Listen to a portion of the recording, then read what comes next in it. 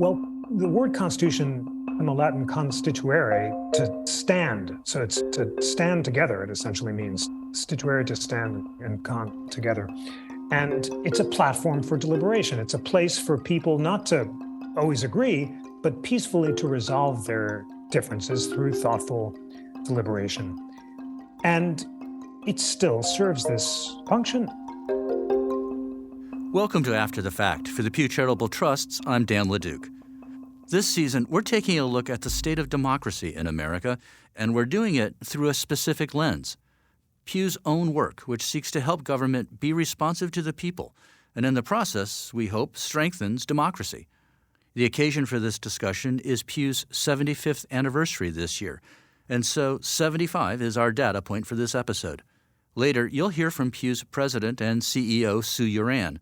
But we begin this episode and this season with a conversation about the bedrock document of American democracy, the Constitution, with Jeffrey Rosen, who you heard from just a moment ago.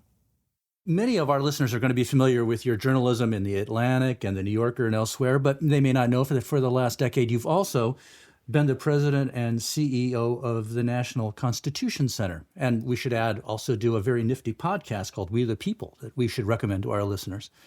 Tell us what the center is and what you do there. So the center is the only institution in America chartered by Congress to increase awareness and understanding of the Constitution among the American people on a nonpartisan basis. And it's such an honor to lead this incredible institution. It's a beautiful museum of We the People on Independence Mall in Philadelphia, across from Independence Hall, the most constitutionally significant space in America, with live theater, exhibits, rare documents, and events for learners of all ages. And then it's also this national education platform, America's educational platform for nonpartisan constitutional education. And I want listeners to this podcast to check out constitutioncenter.org, which is our website and our main web platform, which hosts the incredible interactive Constitution, which we launched in 2015. It's now among the most Googled constitutions in the world. We only talk about constitutional, not political issues. We always bring together thinkers of diverse perspectives, liberal and conservative, to explore areas of agreement and disagreement. And it's just such a meaningful, important mission to educate people about the Constitution. Well, we've clearly come to the right place and the right person. Let's hope so. So this season, we're in our podcast really taking a look at the state of American democracy right now and how it can be strengthened. You, of course, have been looking at the Constitution and the state of democracy throughout your professional career. So where are we on the chronology since 1787 and the state of our democracy today? Well, ever since the founding, people have been arguing that democracy is in crisis. And yet there's a strong case that we are indeed living in James Madison's nightmare. So for Madison, the whole Constitution is designed to avoid mobs and factions and to slow down deliberation so that people can take the long view and be guided by reason rather than passion, by the public interest rather than short-term or partisan advantage. And think about all the structures of the Constitution that do that. There are a series of road bumps and speed blocks to prevent fast decision-making, separation of powers, checks and balances, federalism, the judicial review to strike down unconstitutional laws, all designed to prevent hasty rule. And then Madison says the large size of America is going to ensure thoughtful deliberation. Madison says, in fact, the large size of America is an advantage. When you have a representative republic, then you don't need people to know each other face to face. Representatives can channel the public will through thoughtful filters. And at the same time, the large size will make it impossible for mobs to form. And by the time they do, they'll get tired and go home. Okay, so that's the Madisonian vision. Fast forward to today. We have, far from a republic based on reason rather than passion, a world of social media where posts based on passion travel further and farther and faster than those based on reason. Madison has faith that the media will serve as a cooling effect, and he talks about the value of a kind of literati, an enlightened class of journalists who are supposed to write thoughtful essays about democracy and about public affairs that citizens will read the way they read the Federalist Papers and will form their opinions based on reason rather than passion. That's the Madisonian vision. Contrast that with the world of Twitter and Facebook, and quick tweets and a model of business. And cable news shout shows, right? Absolutely. I mean, enrage to engage is the new model. And it's definitely the opposite of the Madisonian model. And it also undermines the value of size, because he thinks that in a big republic, news will travel slowly and citizens will read thoughtfully. Now news travels at instant speed and people are not reading much at all. It's so important now for citizens to learn the discipline of seeking out balanced news from a variety of sources. We've never had access to more information. It's such a wonder of the internet that all the newspapers of the world are available at our fingertips, that we can translate them, that they're thoughtful, deep analyses of complicated bills, and anyone who takes the time to educate herself or himself about any particular policy issue has resources at home that never existed before in human history. But we do need the discipline to do it. So this is a real challenge to the Madisonian model. And for that reason, it's fair to talk about the strong challenges to Madison's faith in a republic ruled by reason rather than passion. One of the things Pew strives to do in its policy work is to provide the facts and data that we like to say creates a common language for different viewpoints. We all get our viewpoints, but we all also have to operate from a set of facts that are self-evident. And that's part of what we attempt to do. Is it harder to do nonpartisan fact giving these days? I mean, your institution describes itself as nonpartisan. Is that a harder thing now? Yeah, it's both harder and more urgently important. Pew's work is invaluable in being a trusted source for the facts that can allow citizens to make informed decisions. And the fact that Pew is reliable, that its information is carefully reviewed by people of different perspectives, that we can have confidence in it, shows its central role in democratic discourse. What makes it harder is there's much less trust in institutions. And in today's polarized, decentralized, web-based world, even reliable facts are doubted because some folks no longer trust institutions of any kind to vet them and choose them. That's ultimately, as I say, it makes the work of Pew and the National Constitution Center and other trusted nonpartisan institutions all the more important. But it does suggest that ultimately this question of public trust is going to be crucial in determining whether or not citizens pay attention to these facts when they're given the opportunity to. You've spoken, though, about how the Constitution, by almost definition of what a Constitution is a platform to create common ground. What do you mean by that? Well, the word Constitution from the Latin constituere, to stand. So it's to stand together, it essentially means. Stituere, to stand, and con, together. And it's a platform for deliberation. It's a place for people not to always agree, but peacefully to resolve their differences through thoughtful deliberation. And it still serves this function. The most dramatic example of this that I can offer is a recent project that the National Constitution Center hosted called the Constitution Drafting Project. And we convened 3 teams of scholars, liberal, conservative, and libertarian, to draft constitutions from scratch in a state of nature. So they all met separately and they came back, and to everyone's surprise, the constitutions they drafted, far from throwing out the baby with the bathwater and starting from scratch, built on the existing model with some amendments, and the amendments were surprisingly similar. Several of the teams converged around common amendments. So we decided to actually bring them together into a virtual convention. And after a week of deliberation, of just a few Zoom sessions, they surprised everyone by agreeing on 5 amendments to the Constitution. And I listened in on these Zoom sessions, and I felt like I was listening to modern day founders. That's how high the level of debate was. They were informed, they were thoughtful, they were able to compromise and identify commonalities and actually agree on 5 rather, specific texts.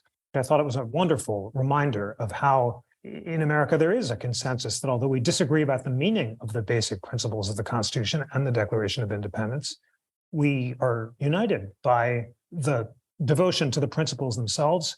And that gives me great hope as we move toward America's 250th birthday in 2026. The founders thought the republic would collapse unless citizens were educated to know their rights, to know the history of the Constitution, to understand why it was important to defend its ideals, and to learn, most importantly, the habits of civil dialogue and deliberation, learning how to disagree without being disagreeable, learning the discipline of listening to arguments that you might disagree with before you make up your own mind, and ensuring that all viewpoints are represented before we make decisions. That's why civic education is so important, and that is why it's such an honor to work at the National Constitution Center. It sounds like that phrase, "we the people," perhaps has never mattered more. It always matters, and it always will. Jeffrey Rosen, thank you so much. Thank you. We the people, of course, is how the Constitution begins. At Pew, we operate with a similar admonition: tell the truth and trust the people. We turn now to a conversation with Pew President and CEO Sue Urahn about the organization's commitment to strengthening democracy. And we start with a little bit about her. So, Pew is celebrating 75 years. For the last 25 years, you have been here helping lead this place. And for the last 3 years, you have been president and CEO. But take us back. What brought you here in the first place? Well, I was working as a legislative staffer in Minnesota, and we had just come through a fairly challenging legislative session. So lots of difficult issues being debated, long hours. Just had closed down the session. I was completely exhausted, and I get a phone call from Pew saying, wouldn't you like to come out and talk about the possibility of maybe joining us to do some evaluation at the Pew Charitable Trusts? And they said, well, it's relatively new. We are sort of building the airplane while we are flying it. So that was very, very appealing to me, to be able to be engaged in something that was intellectually challenging, that was new, and sort of build an interesting part of a field. You like starting stuff. I do. I love starting stuff. Yeah. It's fun, I think, to figure out a strategy, to find a way to move something forward, to bring people along. That's great. The world, I think, also clearly needs people who will keep things going at a steady pace. That's just never been me. Yeah, yeah. Well, you've also talked about coming in here first to evaluate, gave you like this bedrock perspective on how you get things done in this world, in the policy world, right? No, it's absolutely true. And part of the huge value of starting in the evaluation department was that my background is in education, but I started in working on environment. I didn't know a whole lot about environment. So you had to sort of learn the strategies that the programs were developing to try to drive policy change, so that you could evaluate them, right? So it gave me a perch, if you will, to sort of step back and think about strategy almost divorced from topic or issue. It's like you look at education strategy and environment strategy and public policy strategies, and you begin to see that there are these really fascinating consistencies across areas. It takes much the same approach to drive change. Different cast of characters, different sort of particularities in every issue, but it's not that different driving change in the environment field than it is driving change in the world of education. When you arrived here, we were a foundation. This is a 75-year-old institution, as we said now, and it's evolved over those past 25 years. What is Pew's mission today, and why does it matter? Well, the shorthand for our mission is we use data to make a difference, right? And I think if you start to peel that back a little bit, it's really quite interesting. So, for example, we work with the Pew Research Center. That's a critical part of Pew and Pew's mission. The Pew Research Center really delves into helping people understand, what does the public think about different issues, and how does that evolve over time in an interesting way. So that's the data that they bring to the table to help, and it really does make a difference, because I don't think that as a society we can really make the change that we need to make if we don't listen to each other and understand where people are coming from. And the Pew Research Center makes huge contributions on that front on a regular basis.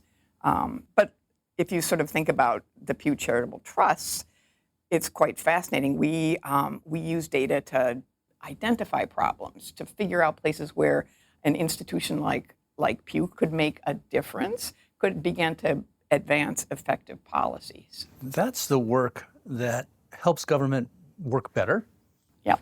I think they started measuring trust in government, as I recall, back in 1958. And in 1958, so that's 10 years after Pew actually came into existence, about 75%, almost 75% of the public had thought that the federal government would do the right thing some or most of the time. It hasn't cracked 30% since 2007, right? So I think the fact that there is a declining level of trust in institutions, in government itself, in the media, in a lot of places is really problematic for democracy itself. Well, our colleagues at the Research Center did a survey earlier this year that showed 1 in 5 Americans are satisfied with the state of the nation right now. That's pretty low. But let me ask you, you have to make all this stuff work. You can't just walk away and wash your hands of it. What's your view of the state of democracy today? You know, I think I hope it's not as dire as perhaps it is sometimes painted. We have found here that there are still plenty of issues where you can go up on the Hill or go to state houses around the country and find well-meaning, thoughtful, productive members of the legislature or of Congress willing to work together across the aisle to craft bipartisan solutions to the problems that the public really needs to have solved in a thoughtful way. It happens every day. So let's dive into that a little bit more, because that's the nuts and bolts of what this institution does, right? What's the role of data in helping inform the citizenry, and how do you use that to actually bring people together? Well, data does a lot of things, right? Data will, for example, give people a common language. If you can agree on the facts, you can begin to talk about what that means for potential solutions and how you might drive them forward. In every policy problem, in every policy opportunity that you might want to tackle, there are always a huge number of different constituencies, people who may want the problem solved, but for all different kinds of reasons. One of the core competencies that Pew brings to the table is the ability to bring those different views, different perspectives, different constituencies together and help them find a path forward to really craft a thoughtful solution. How do you bring those sort of disparate players together? I mean, how do those conversations happen? And I mean, how do you point them in the right direction? That's hard. You start with data, right? So you start with the research and what the research says, and can we get everybody to agree on the facts? So that is a really critical first step. Beyond that, I think the most important thing that we often do is listen to the different constituencies, listen to why they care about the issue, listen to the challenges that they face, depending on which direction different solutions play out, and try to find that common ground that we try to help not just sort of find the common ground, but actually create common ground so that folks can find a way to move together. This institution has been evolving since 1948. How would you describe that evolution? Well, I would start with the fact that one of the great gifts the founders of this institution gave us was the flexibility to respond to the issues of the day. The knowledge that what they were facing in 1948 wasn't necessarily what we would be facing in 2023. So we've had the flexibility over the years to identify issues and techniques and opportunities and move them forward in thoughtful ways. That's been a huge advantage that this institution has. In terms of how I would characterize the evolution, I think we have a core set of values that drive our work that have been reasonably, I think, consistent in many cases over the 75 years that we have been working. You know, things like humility, things like impact, things like inclusion. And inclusion is what gets you to that common ground, right? Those don't change. We may apply them differently. We may understand how they play out in different ways, but those values are consistent. The issues change, the constituencies change, the policy environment changes, the opportunities change, the challenges change, but the values remain the same. So for us, it's how do you balance, how do you sort of figure out what to hold on to that is consistent over time and what you can sort of let evolve and really shift and be as nimble as you can in that policy environment. Society is so fragmented right now politically. How does nonpartisanship still work, and why does it seem important? Well, it's critically important for us because we lead with the facts. And if you lead with partisan affiliation, often it's about what you believe or what you feel, not what the facts say. So for us, being nonpartisan allows us to focus on the fact that we are bringing data to the table to identify solutions, to sort of bring people together, to create a common language, and to drive change forward. We're here at 75 years, so there's this instinct to look back, but let me get you to close by looking forward a little bit. What do you see Pew looking like in the next few years, the type of work it might do, and the impact you hope it can have? Well, I hope we hold on to, if I think about the next 10 to 15, 10 to 20 years, I hope we hold on to the drive that we have to be relevant, to be impactful, and to never lose the values that we have carried with us for so many decades, to keep our eye on the prize of having an impact, but doing so with data. Sue, thanks so much. You are very welcome, Dan. Thank you.